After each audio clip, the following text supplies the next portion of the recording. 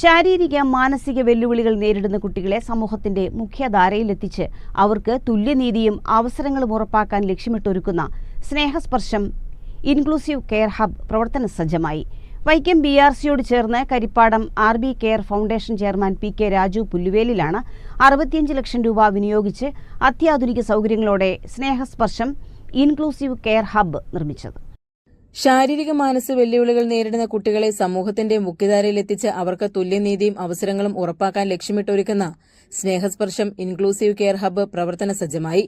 തലോലപ്പറമ്പ് മുഹമ്മദ് ബഷീർ സ്മാരക സ്കൂൾ വളപ്പിൽ പ്രവർത്തിക്കുന്ന വൈക്കം BRCയോട് ചേർന്ന Karippadam RB care foundation chairman PK Raju പുല്ലുവേലിലാണ് 65 ലക്ഷം രൂപ വിനിയോഗിച്ച് 2700 ചതുരശ്രയടി വിസ്തൃതിയിൽ അത്യാധുനിക സൗകര്യങ്ങളോടെ സ്നേഹസ്പർശം ഇൻക്ലൂസീവ് കെയർ ഹബ്ബ് നിർമ്മിച്ചത്.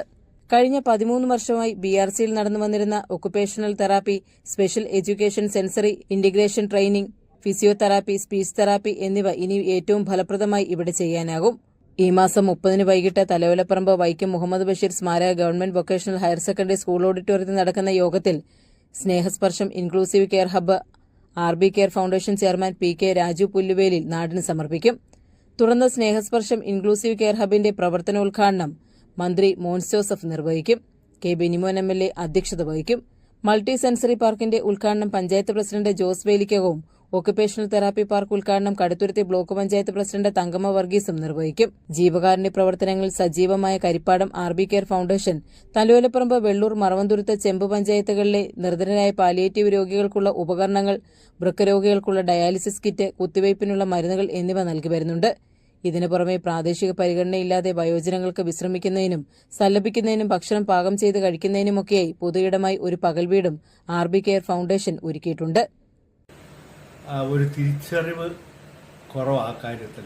നമ്മുടെ ഈ കുഞ്ഞുങ്ങളെ നമ്മൾ അല്ലെ അവരുടെ അച്ഛൻ, അമ്മ, ആ കുടുംബം വളരെയേറെ സഫർ ചെയ്യുന്നുണ്ട്.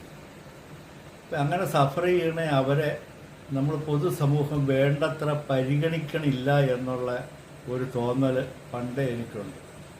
ഞാൻ പല രാജ്യങ്ങളിലും വികസിത രാജ്യങ്ങളിലൊക്കെ പോകുമ്പോൾ അവിടെ ഇങ്ങനെയുള്ളവർക്ക് വേണ്ടിയിട്ട് സർക്കാർ അനേകം ഫണ്ട് ചെലവഴിക്കുക, അവരെ കെയറിങ്, അവരുടെ കുടുംബത്തെ പോലും കെയർ ചെയ്യുന്നു.